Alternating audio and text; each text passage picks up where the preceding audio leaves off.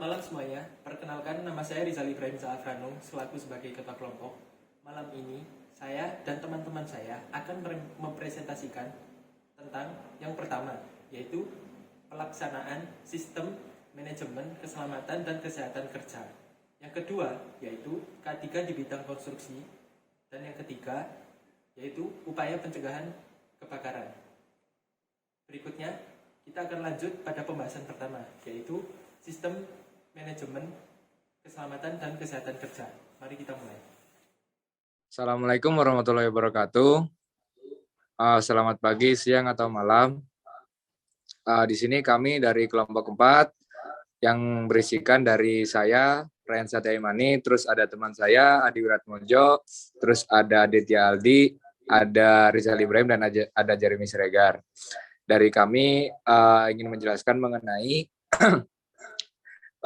penjelasan K3, yaitu keselamatan dan kesehatan kerja, yang nantinya mengenai penjelasannya, mengenai bencananya itu di kebakaran, seperti itu. Mungkin bisa dilanjut slide-nya, teman-teman. Ya, di sini tadi sudah saya jelaskan juga. Jadi kelompok kami berisikan sama yang sudah saya jelaskan tadi. Nah, mungkin untuk yang pertama ada penjelasan mengenai pelaksanaan SMK 3. Yang pertama, ada melakukan kerjasama dengan instansi yang terkait di lapangan. Untuk kerjasama ini dengan instansi ini merupakan hal yang sangat penting. Itu kenapa? Dikarenakan instansi yang terkait itu adalah Depnaker, polisi, dan rumah sakit. Untuk hubungannya sendiri, kita memang untuk awalnya memang harus mendaftarkan proyek terlebih dahulu ke Depnaker dan memberitahukan informasi ke instansi pemerintah atau untuk di musbida setempat. Dan perlu dipertahankan juga mengenai dengan cara hubungan informal yang lain agar ketika memang ada masalah itu mudah untuk komunikasinya dan koordinasinya dan segera dikerjakan untuk di kedepan harinya. Seperti itu. Mungkin bisa dilanjut. Mungkin dari teman-teman saya bisa menjelaskan mengenai sheet selanjutnya ini. Untuk sisi selanjutnya, pelaksanaan SMK 3 melakukan kerjasama dengan instansi yang terkait di lapangan. Pengawasan pelaksanaan K3 meliputi kegiatan seperti safety patrol. Suatu tim K3 yang terdiri dari 2 atau 3 orang yang melaksanakan patroli untuk jam waktunya sekitar 1 atau 2 jam. Itu tergantung lingkup proyeknya. Untuk masing-masing safety patrol itu mencatat hal-hal yang memiliki resiko kecelakaan di lapangan. Ya, mungkin bisa dilanjut. Selanjutnya ada safety supervisor. Adalah petugas yang ditunjuk oleh manajer proyek yang secara terus-menerus mengadakan pengawasan terhadap pelaksanaan pekerjaan yang dilihat dari segi K3. Untuk safety supervisor sendiri berwenang untuk menegur dan memberikan instruksi langsung kepada kepala pelaksana yang mengandung bahaya untuk keselamatan kerja. Selanjutnya ada safety meeting. Itu adalah rapat dalam proyek untuk membahas tentang hasil laporan dari safety patrol maupun dari safety supervisor yang sudah melakukan pengawasan di lapangan.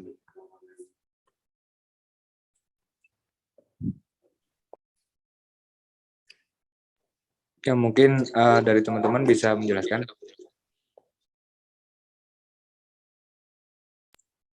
Jadi setelah kita mengikuti alurnya dari yang safety patrol sampai ke safety meeting tadi, selanjutnya ada tahap pelaporan dan penanganan jika terjadi kecelakaan.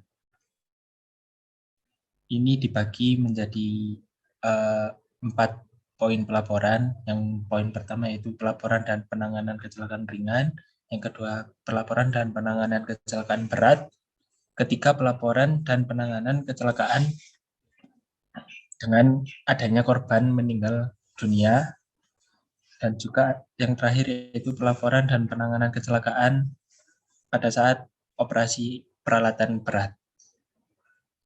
Lalu setelah mengetahui alur pelaporan, kita lanjut ke pelatihan khusus proyek. Pelatihan khusus proyek diadakan di 2 periode, pada saat awal proyek dan juga pada saat di tengah periode pelaksanaan proyek. Itu sebagai penyegaran saja atau sebagai pengingat. Lalu selanjutnya di tahap perlengkapan dan peralatan penunjang program K3. Apa saja yang diperlukan? Yaitu yang pertama pemasangan bendera K3, bendera Republik Indonesia, dan bendera perusahaan. Biasanya dipasang di depan site proyeknya. Yang kedua yaitu pemasangan signboard K3 yang berisikan slogan-slogan yang mengingatkan akan perlunya bekerja dengan selamat. Slogan dapat dipasang di kantor proyek atau lokasi pekerjaan di lapangan. Lalu, apa saja sarana pelatihan untuk keselamatan kesehatan kerja? Yaitu yang pertama itu yang melekat pada tenaga kerja, pada tubuh tenaga kerja, yaitu yang pertama helm dari kepala, lalu sepatu lapangan, sarung tangan untuk pekerja tertentu, sabuk pengaman untuk pekerja yang tinggi, maksudnya di sini untuk pekerja yang kerja di gedung-gedung tinggi. Lalu selanjutnya masker untuk pekerjaan tertentu, kacamata las Google biasanya digunakan untuk las. Lalu yang terakhir obat-obat untuk P3K. Selanjutnya mungkin bisa dilanjut oleh teman saya. Nah, untuk selanjutnya saya lanjutkan. Nah, selanjutnya adalah merupakan sarana peralatan lingkungan. Nah, di sini ada beberapa contoh sarana peralatan lingkungan. Di antaranya tabung pemadam kebakaran. Pada ruang-ruang yang terdapat pada lokasi pekerjaan dan di setiap lantai bangunan proyek. Nah, ini biasanya tabung kebakaran itu diletakkan di tempat-tempat itu. Yang kedua ada tabung pengaman. Tabung pengaman ini biasanya terdiri dari pagar atau railing yang biasanya harus kuat dan tali warna kuning sebagai tanda batas peringatan. Pagar ini diperlukan untuk lokasi-lokasi yang dianggap membahayakan. Nah, ini contohnya pagar pengaman. Ini pagarnya digunakan untuk supaya tidak ada manusia atau objek lain yang ingin memasuki area proyek.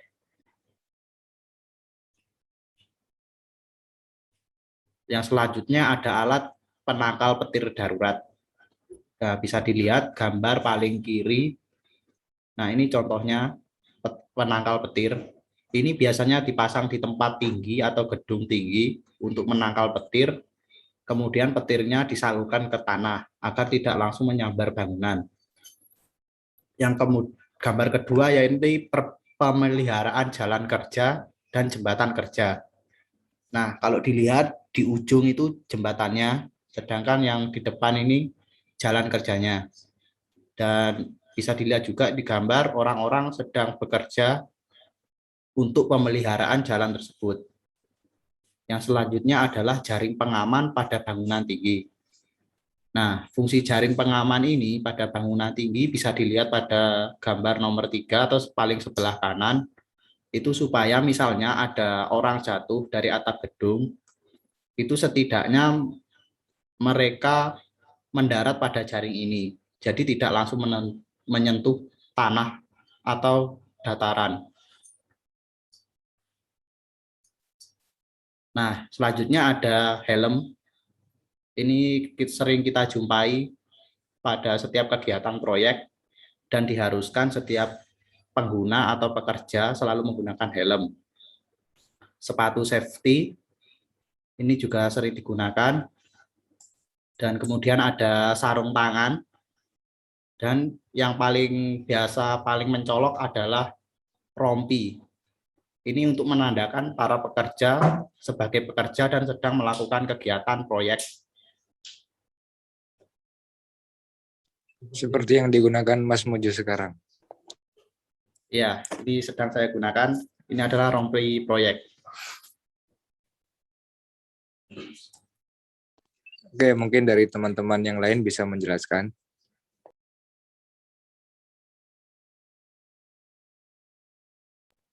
Monggo dari Mas Reza. Oke, untuk selanjutnya itu ada ketiga konstruksi. Untuk ketiga konstruksi adalah bisa disebut juga dengan keselamatan kesehatan kerja konstruksi, di mana ketiga itu adalah segala kegiatan untuk menjamin dan melindungi keselamatan dan kesehatan tenaga kerja, baik itu melalui upaya pencegahan kecelakaan kerja dan penyakit akibat kerja pada pekerjaan konstruksi tersebut.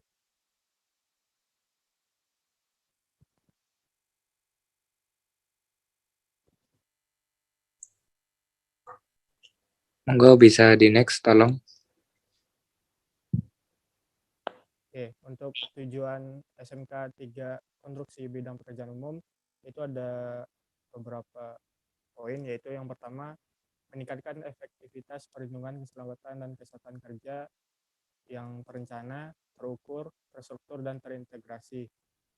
Nah, di sini pentingnya SMK 3 ini untuk setiap pekerjaan itu ada ini terencana dengan baik sehingga efektif gitu untuk berbagai pekerjaan tersebut.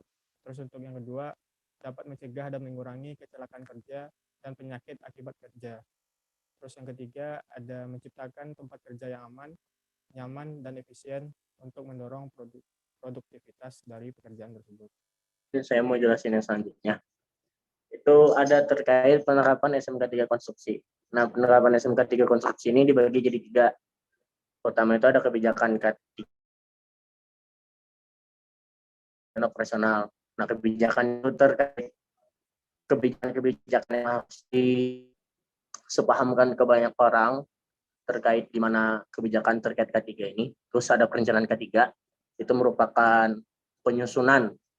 Terus juga rancangan gimana nanti mulai dari skala prioritas, terus resikonya kayak gimana, habis itu tanggung jawabnya terhadap kegiatan-kegiatan konstruksi yang dilakukan itu siapa, itu nanti diterapkan pada perencanaan K3. Terus ada yang pengendalian operasional. Pengendalian operasional ini berupa prosedur kerjanya atau petunjuk kerja yang nanti dipakai buat mengendalikan dari kegiatan konstruksi ini. Mungkin bisa dilanjut. Terus ada yang keempat itu pemeriksaan dan evaluasi kinerja K3. Itu berupa pemeriksaannya bagaimana, terus evaluasinya gimana juga pada saat K3 yang berdasarkan dari pengendalian operasional yang saya jelaskan sebelumnya. Terus juga ada tinjauan ulang kinerja K3. Ini merupakan hasil pemeriksaan dari evaluasi K3 yang tadi di sebelumnya. Terus nanti dia diklasifikasikan sesuai dengan kategori, sesuai atau tidak sesuai dengan program K3. Terus ada juga pemeriksaan dan evaluasi kinerja K3. Di situ nanti istilahnya kayak